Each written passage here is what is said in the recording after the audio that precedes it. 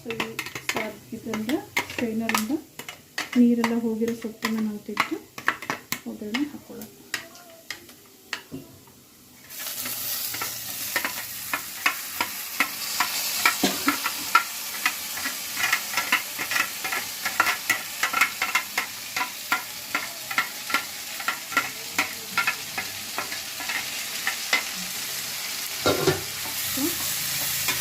ಸೊಪ್ಪು ಹಾಕಿದ್ಮೇಲೆ ಚೆನ್ನಾಗಿ ಇದನ್ನ ಮಿಕ್ಸ್ ಮಾಡ್ಕೊಳ್ಳಿ.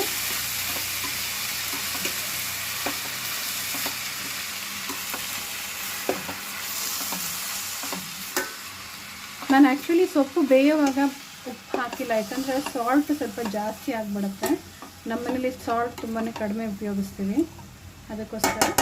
ಈಗ ಇದಕ್ಕೆ ಲಾಸ್ಟಾಗಿ ನಾವು ಹಾಕಬೇಕಾಗಿರೋದು, ನಾವು ಆಲ್ರೆಡಿ ತುರಿದಿಟ್ಕೊಂಡಿರುವಂತಹ ಕಾಯಿ ತುರಿ ಇತ್ತಲ್ಲ